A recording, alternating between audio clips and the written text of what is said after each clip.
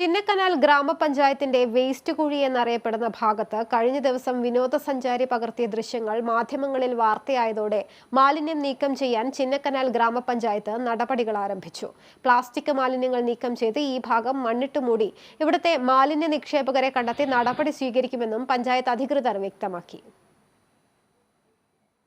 കഴിഞ്ഞ ദിവസമാണ് ചിന്നക്കനാലിലെത്തിയ വിനോദസഞ്ചാരിയായ തൃക്കാക്കര സ്വദേശി സഹൽ റഹ്മാൻ ചിന്നക്കനാൽ ഗ്രാമപഞ്ചായത്തിന്റെ വേസ്റ്റ് കുഴി എന്നറിയപ്പെടുന്ന ഭാഗത്ത് പിടിയാനയും കുട്ടിയാനയും മാലിന്യങ്ങൾ ഭക്ഷിക്കുന്ന ദൃശ്യങ്ങൾ പുറത്തുവിട്ടത്.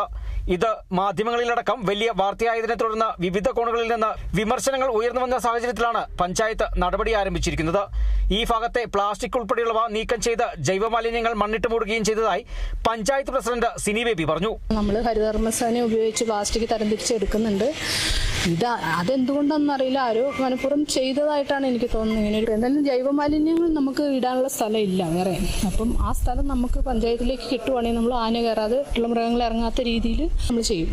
എന്നാൽ പഞ്ചായത്തല്ല ഇവിടെ മാലിന്യം നിക്ഷേപിച്ചതെന്നും കഴിഞ്ഞ ദിവസം നടന്ന വിവാഹ ചടങ്ങിലെ ആളുകളാണ് ഇവിടെ കൊണ്ട് മാലിന്യം നിക്ഷേപിച്ചതെന്നും നിക്ഷേപിച്ചവർക്കെതിരെ നടപടി സ്വീകരിക്കുമെന്നും പഞ്ചായത്ത് പ്രസിഡന്റ് വ്യക്തമാക്കി. നമ്മളിപ്പോൾ പ്ലാസ്റ്റിക് അങ്ങനെയുള്ള മാലിന്യങ്ങൾ അങ്ങോട്ട് പോകുന്നില്ല. അത് ആരുടെ ഒരു കല്യാണ വിവാഹ പാർട്ടിയിലുണ്ടായ മാലിന്യമാണ് അവിടെ കൊണ്ടിട്ടത്. അതങ്ങനെ നമ്മുടെ ഭാഗത്തുനിന്ന് അത് എന്തായാലും നീക്കം ചെയ്തിട്ടുണ്ട്. മണ്ണിട്ട് മൂടിയിട്ടുണ്ട് ആ കുഴി.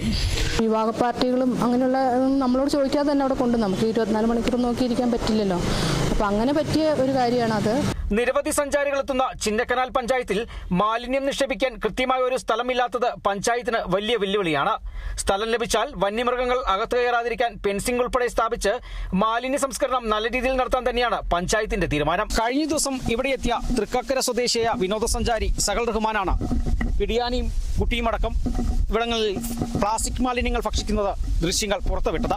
ഇത് മാധ്യമങ്ങളിൽ വലിയ വാർത്തയായതോടെ നിരവധി ആരോപണങ്ങളാണ് ചിന്നക്കനാൽ ഗ്രാമപഞ്ചായത്തിന് ഏൽക്കേണ്ടി വന്നത്.